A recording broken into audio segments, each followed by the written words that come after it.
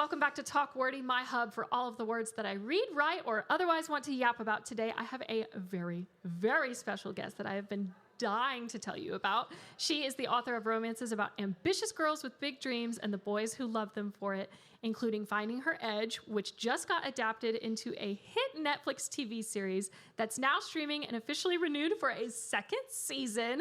Her newest release, Game, Set, Match, is available now at the time that you're watching this video. Please welcome Jennifer iacopelli. Thank you. I'm so excited to be here with you. I was telling you earlier, I was absolutely geeking out when I found out that I did for sure get to put you on my calendar, because I had just watched the pilot of the show. And it's funny because I didn't connect the dots that you were the author. I was seeing that you were coming to the convention and I saw your other book, which intrigued me. Yeah. And then when I went on your website, I was like, oh my gosh. It's me. It's her. I just about damn near lost my mind. So before we get into all of the bookish you questions, because you're the star here, what I like to do normally on my show when I have guests on, I ask them what we are reading, watching, and listening to. But since we are condensed on time, I'm dying to know what currently is your biggest hyperfixation. Oh, I have one. Tell me. Yeah, because I'm on deadline right now, so I need to have a hyperfixation to like move away from stuff sometimes. So I recently got into D&D. Ooh, I played for the first time hilariously with Madeline Keyes, who's the star of Finding Her Edge. We played D&D together. And so as soon as we played our first campaign, I was like, oh, this speaks to something nerdy inside of me. I love that. So I started watching Critical Role. Okay. Which is a bunch of voice actors who go out there and they stream their D&D sessions, and now they stream them to millions of people, but they started out just, kind of streaming it to a few hundred. And I cannot stop. I think I've watched 500 hours of Critical Role in the last, I don't know, 3 months. It's been, when I'm not writing, that's what I'm doing at this point. That's so fun. Were you at all inspired by Stranger Things with them playing D&D? I was kind of vaguely aware of it, and then Stranger Things made me more aware of it. Okay, but then when we wrapped season 1, I asked Maddie, I was like, well, so what are you going to do during hiatus? Like, what's your plan? And she was like, I want to play D&D. Like, I've never played before. And I was like, I have never played before. Can I play too? And she was like, absolutely. So we have this fun little group. Yona Epstein-Roth, who plays JJ on the show, is also in it, and a bunch of other people that we just sort of drew in and said, hey, we want to play. We'd play over Zoom once a week, and it's super fun. It's so fun. Yeah. I feel like D&D also lends to you as a writer and a storyteller, because you get to create this entire universe. It tickles a part of my brain that I don't get to use a lot because I don't write fantasy yet. And so because I'm on deadline, I can't really do anything or consume media that's too similar to what I write. Yeah, because you don't want it to blur. I don't want it to merge. I don't want to accidentally ever do anything like that. So I'm like, well, this is as opposite of what I write as humanly possible. So I'm just going to completely dive in, and I did, and I've been having a great time. That's so awesome. Also, with the mention of the fact that you're playing with your real life cast of characters. First of all, a fangirl moment. It's insane. Ridiculous. It's insane. We're very lucky. We were talking about this today. This doesn't always happen. You know what I mean? It almost never happens. And I was saying, I feel like I found another little sister. I have a sister, but it feels like, I don't know, we went through this journey together. We're sort of being slingshotted into the world in a very similar way at the same time together. So yeah, it's been really fun. That's so awesome. I love that. I have, I was telling you earlier, I've just I'm about halfway through the first season. So you're getting there. I am so enjoying it, but I also am I need to stop and go finish the book. Okay. Because I just bought the book today at the on-site bookstore. I'm so giddy. The cover is gorgeous. Isn't it beautiful? A cover will sell me every time, and I had to get both that and Game, Set, Match. I was obsessed with that artist, and when they told me she was going to illustrate it, I had already followed her on Instagram just because her art was amazing. And then they said, oh, do you know this artist? I was like, oh, do I? Do I know this artist? And I tried to play it very cool, and I managed it. But yes, she did a beautiful job. Yeah, but watching the show has been so fun because it's right in line with the Winter Olympics. It was on purpose. Yeah. Oh, yeah. We timed that well. It's so cool because I'll go from watching the characters and then I'll switch over, and then Quad God is taking the gold medal, which is just so funny. Did you watch what happened today? Oh, no, you've been doing this all day. I've been doing... No spoilers, but you're in for a adventure when you watch the men's final later. I'm going to say it like that, an adventure. Oh my gosh. Prepare yourself. Well, because last I had seen it's funny that his name's Ilya. His name's Ilya. I was like, not of Heated Rivalry fame, but Not yes, of, he but is. like, He is also Ilya. Yes. Yeah. Blonde Ilyas Who have Russian ancestry and speak Russian and know how to skate on ice. And know how to skate. Yeah, they're on brand. Yep. But last I had seen, he like came up, and then I think it was Japan. Japan had like a flawless routine, but like Ilya's I guess was so much more difficult. Yes, exactly. So like again, prepare yourself for an adventure, because I watched that literally right before I came down here to talk to you. Ooh. But I will not spoil it for you. Prepare yourself. I was watching it in the lobby of the hotel before lunch, and so now I'm like, get ready. Okay. Thank you for the no spoilers too, because I do catch up on the Olympics religiously. It is not an exaggeration. What the pipe I'm building right now is not an exaggeration for what you're about to experience. Yeah. Okay. Speaking of your adaptation, because we were talking about it earlier, how it's like it isn't always like the way with the relationship that you've developed with them. It's every author's dream at one point to have their books adapted into film or TV. What were the biggest pinch me moments of the process for you? Well, honestly, the first one was because this project died a couple of deaths in the lead up to it being greenlit. So honestly, just being told it was actually happening. Yeah. And I was told for contractual reasons very, very quickly between when it was like I's dotted, T's crossed on the contract, and also we're going into pre-production. So it was like Friday, I was told, Monday it was pre-production. Wow. So there was no moment of like, oh, it's not going to happen at that point. No, it was happening. It was like, so that first moment of like, oh, everything in my life is about to change. And I don't know how or why or when, but it is going to very much change. And then the second one was probably the first time I got to go on set, which was just surreal. Doesn't cover it. I'm not sure it'll ever feel real, because even though the show exists, I know all these people as human beings and love them and adore them now.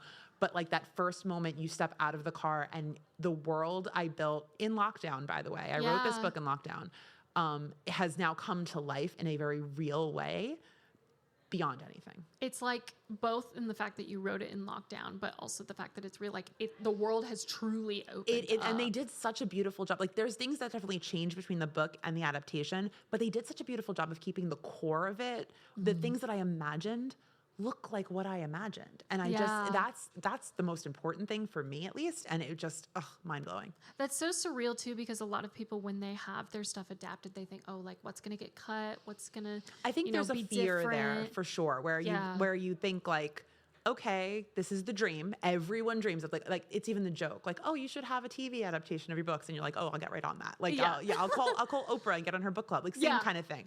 But then you have that worry that like, oh, what if it's bad? Yeah. Or, oh, what if they do the things that I don't want them to do? And then I have to put on a brave face, and like, I'm not that good of an actor. So as you will eventually see it. And as everyone else saw, I can do very little bits of acting. It's coming up for you. I was going to say, my next question literally is like, how did it feel to have a cameo? Weird. So this is the thing. I am by nature an introvert. I think you might fall in the very small percentage of authors that are extroverted. Maybe. I feel like there's a percentage of them. I am not that person. I can fake it for a little while, but then I have to go back in my gremlin cave. So Jeff Norton, who's our executive producer, reached out and he was like, hey, we're going to write you a cameo. And I was like, I don't want to do that. That's scary. In my head, I didn't say that out loud. And then he said, well, we wrote the character as a librarian. I'm a high school librarian. It's what I do in my day job. So I was like, well, that won't be difficult to channel. That won't be and he's like, you're kicking kids out of a library. I was like, well, I've definitely done that before. Yes. So I was like, okay, great. And then I said yes. And I'm so thankful that I said yes, because it was very weird. It almost felt a little cursed because there was a storm in Ontario when I was up there. Oh, yeah. 4 centimeters of ice on every surface. I might be exaggerating, but it was a lot. The whole province basically shut down. No one had any power. We still managed to film. Don't know how we did it. And yeah, it was a completely surreal experience. I keep using the word surreal, but it continues to apply. Yeah.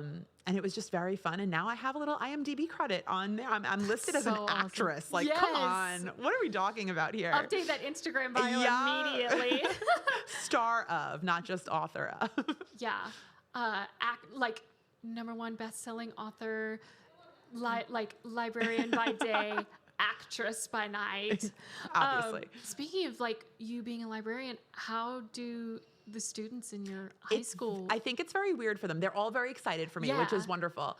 But it's a little bit of like, a brain melting thing when the librarian becomes the coolest person in your vicinity. As a 16-year-old, I would imagine. I think it's a little weird for them. I think they don't quite know what to do with me anymore, which is funny because they're all really well behaved all of a sudden. Yeah. Like no one's trying to cut their class in the library. Oh, never. Never. But like suddenly they're not. I'm like, oh, I might use this. Like I might use this cred for a little while. Like this, so however long, I don't know how long it's gonna last, but however long it lasts, I'll take it. Even if it starts to fade, season 2 is gonna come back and it's gonna be right I'm back. like, we just got to get through the rest of my career. We got to do 16 seasons. I have to do a bunch more years. So literally. I also I think this morning in my hotel room, I was reading your Us Weekly article about how the adaptation is helping you pin your sequel. A little bit. I will say the adaptation and a potential sequel, we're like, not really. So this is how I say it, and this is how I continue to say it until I'm allowed to say it differently. I am currently under contract for a young adult book. I think anyone with any sort of brain in their head will understand what I'm probably writing. Maybe. Who knows? Hypothetically. Maybe. It's not Marvel. They're not going to come and like laser beam me in the back of the head. But I'm under contract. I am currently writing. I'm at this festival under deadline. So let's just say it like that. So what the adaptation did for me was we have some incredible writers on our show. And what it really did was cement the things that I knew I had done well because they kept them. So I was like, oh, so you got exactly what I was trying to do there. And it played really well on screen and the actors really understood it and it worked. So it solidified for me a lot of the things that I had done with maybe a potential sequel in mind way back when. And then at that point, I knew that there wasn't going to be one. And it felt really like, nope, that's the end of this story. And now potentially I have the chance to continue it. Yeah. And we'll see. Maybe. Maybe. Who knows? I feel like I have secrets. Like I always, like the last year and a half, I've been like, I have secrets I can't tell anyone. And like, but everyone kind of knows them, but I can't actually say it out loud. Yeah. So here we are. You have maybe to use this kind of coded language. Allegedly there will be a potential sequel. Maybe. Yeah. But I have a contract.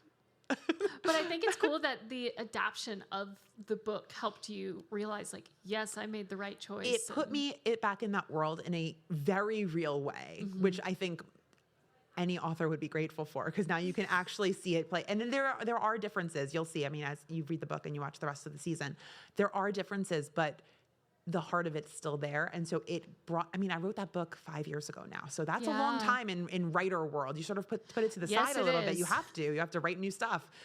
So now it's really helped ground me in what I want to do going forward. Yeah, absolutely. Speaking of going forward, yes. I feel like we're getting the perfect leeways to the next. I'm very good at interviews now. This is all I do. I am media trained, actually. Let's talk about Game Set Match. Yes. So something I love about this story is that it's not just one heroine, it's 3. Yes.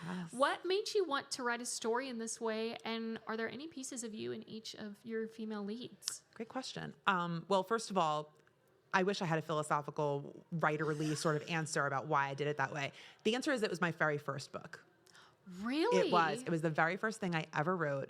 Technically, this is a re-release. They first came out, the first and second book of this sort of series came out in 2013 and 2015. Wow. They've now been updated, reworked significantly because everyone would hope 11 years later, you're 12 years later, a better writer than you were way back when. But yeah, so I didn't really know any better. And I was writing my very first book and I thought every piece of advice I read at the time was like, don't get in your own way. If you're writing the very first thing you're writing, that's most people's like impossible mountain to climb. They never finish that first book. And so they never have a career. Yeah. So I just wrote it the way the story came to me. And the way the story came to me was 3 protagonists and whose lives were all sort of melded together and very entwined in a way that they can't undo if they wanted to. And they don't really want to. There's some friendships formed there. Yeah. And yeah, so that's the way I wrote it. And as far as if there are any bits of me, probably. Of these characters, I would probably say I'm most like Penny Harrison, who is, I will say none of them are really the main character. There are 3 solid main characters in this story and in this book and the next book that comes out in June. But each book has its own sort of major romance arc, and she has the major romance arc of the first book. And it's funny because I don't really relate to their like good qualities. I usually give them my flaws. And she is incredibly neurotic and a little bit of a control freak, which I relate to on a soul crushing sort of level. So Penny definitely has my neuroses and my need to like have everything in its place and get and control all the things in my life, which I'm finally learning to be able to release a little bit through sheer necessity at this stage. For Indiana, I didn't necessarily give her, she's not a lot like me, but she says the thing that I think and don't say. Does that make sense? Yes. Where 2 weeks later, you're like, oh, I should have said that. I thought it in my head and I didn't say it out loud and I should have. So I gave her the ability to say the things I wish I would say. But then hilariously, there's always negative consequences to the thing that she says out loud and shouldn't. So I punish her a little bit for doing the thing that I would want to do, which is definitely should go to therapy and talk about.